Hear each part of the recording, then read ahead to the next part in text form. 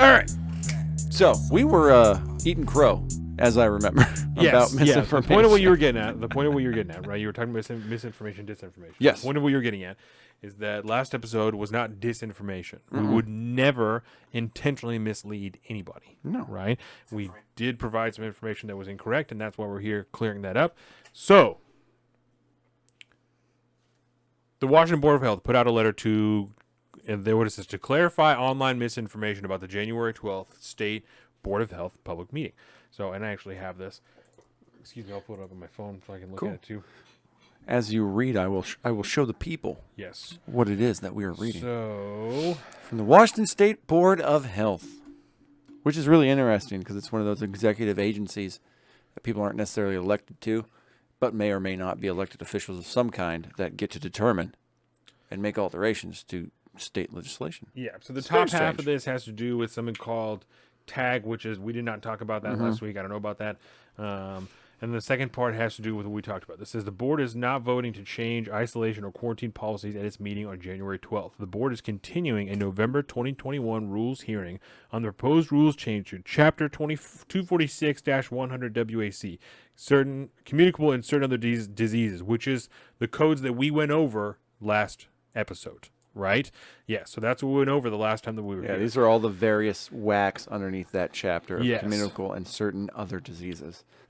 As published in WSR 2121-27, the board is proposing updating its rules to reflect current state law to align with engrossed substitute House Bill 1551, Agenda Item 9, while related to rulemaking on Chapter 246-100 WAC is scoped only to the implementation of ESHB 1551 and does not include changes to isolation and quarantine policies, nor does it suggest enforcement be used to enforce any vaccination requirement. So if you click on ESHB, right, which is something State House Bill 1551, right? Yep. Engrossed substitute House Bill. That's what it is. Okay.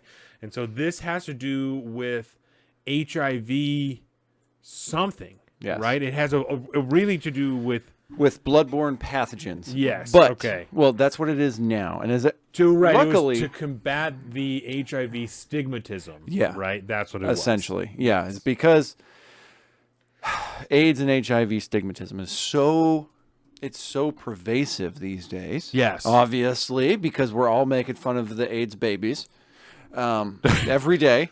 Obviously.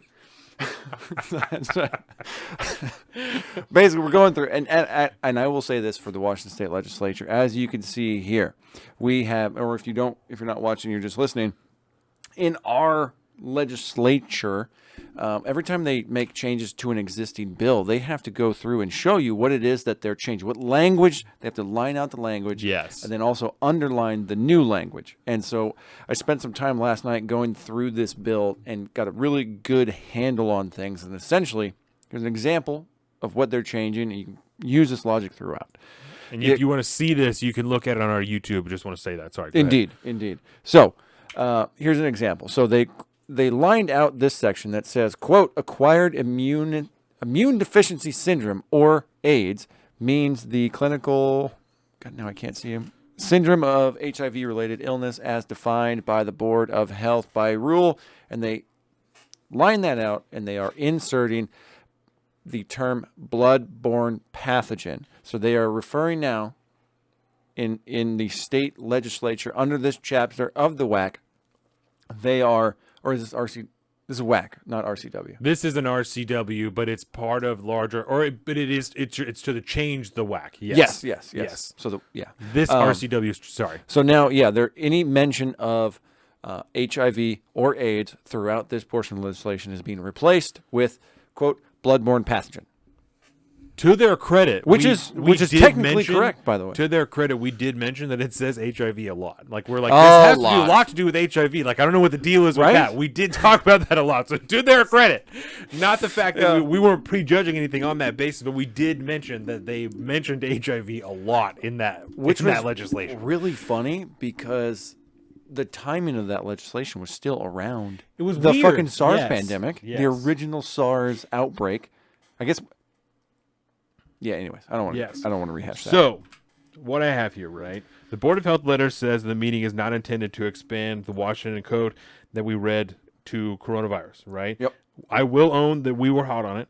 this does. I was swearing. You had your Paul was like, does swearing make you more correct? Blah blah blah blah. blah. Anyway, but Paul's gonna come in and dad it up, bro. That's what he does. He's my favorite. But, and this is extremely important, right? And this, again, I will highlight, this does not take away that we were incorrect. We did say something was wrong. We misreported something. However, this does highlight that these codes can be expanded to COVID-19, that these laws do exist, right? That they exist because we read them, we showed them, the laws do exist, they just don't currently apply to COVID-19. And I'm still not okay with the fact that if you have AIDS, you're subject to that shit in this state. Right. Or any other disease or other communicable diseases. That's just the only one that was mentioned by name was and AIDS. now they generalized it enough to say that it's not HIV/AIDS, and now it's just bloodborne pathogen. Right. What other bloodborne pathogens are there? There's a lot. Right. And so it is a more broad law now, which again was our original contention from the beginning. Yeah. First, that it exists, and they are broadening it out to a wider audience, which they are still doing by changing the verbiage in this thing. And I can tell you they're probably not doing this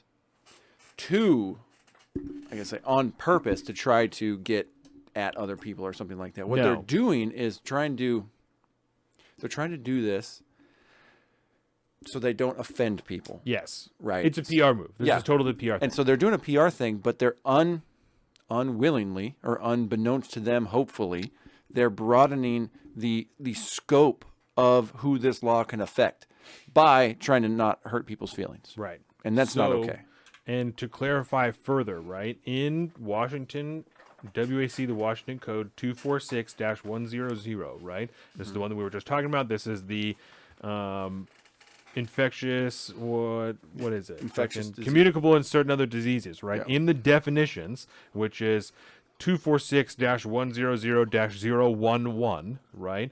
Number 7, subsection 7 in here, communicable diseases, right? Because we're just talking about the disease that this covers. Does not cover COVID-19 like we just talked about. Yep. Number 7, communicable diseases means an illness caused by an infectious agent which can be transmitted from one person, animal, or object to another person by direct or indirect means, including transmission via an intermediate host or vector, food, water, or air.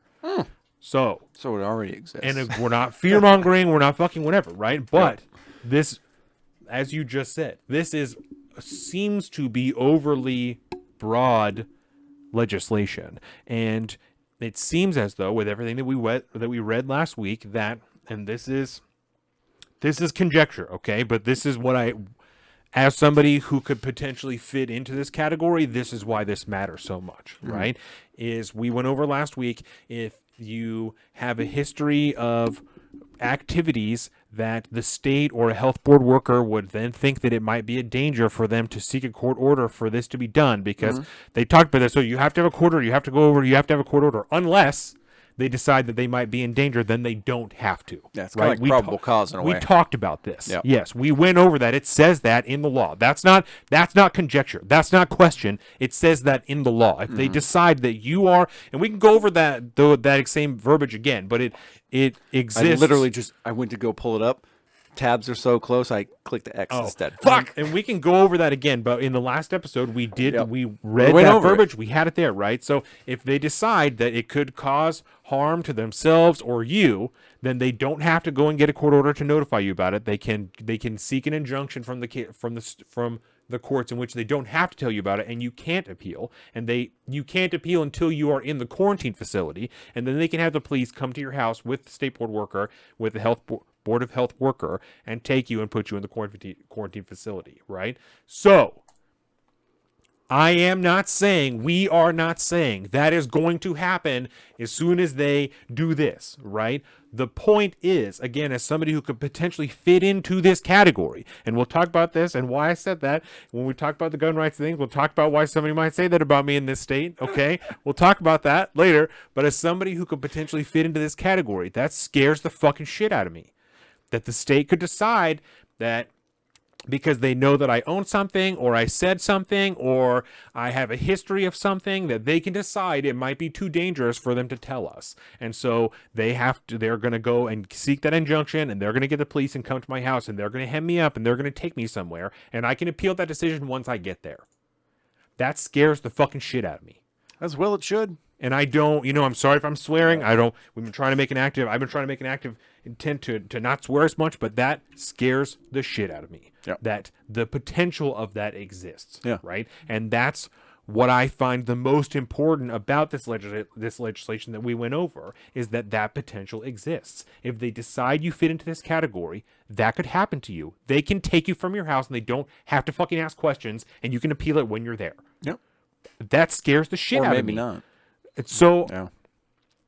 I will apologize one last time for providing incorrect information. Obviously, that was not our intent. We would never do that. That cuts against the mission statement of this show. Not that we have one written out, but that cuts directly against our main mission, is to provide accurate information and objective information, even though objectivity is akin to whiteness.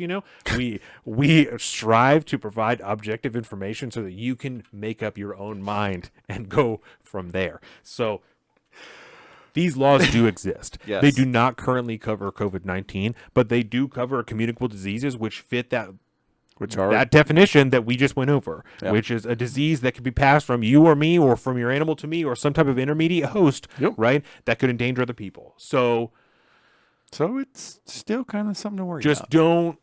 I guess I would just say, just don't forget about it. Yeah. Right? Because as we just went over, also we learned that all it takes is a vote from the State Board of Health. Right? That's all that it takes, is a vote that we may or may not know about. Yeah. We may or may not be privy to, because even this was misinterpreted by somebody, and then the only time that it was released was through like gun pages and gun shop Instagrams and shit like that. So it's the same deal with this gun legislation that we're going to go over in a little bit. The only way that I heard about this was from gun shop Instagrams. Yeah. Why? Why are we not? Because our bureaucratic betters, Because they don't Donovan, are want you to taking know it. about it. They're taking care of it for us, Yes. so that we don't have to. And that's not a conspiracy that they don't want you to know. They don't want you to know about this. They don't. Welcome to the south of the streets, coming at you every week with this food for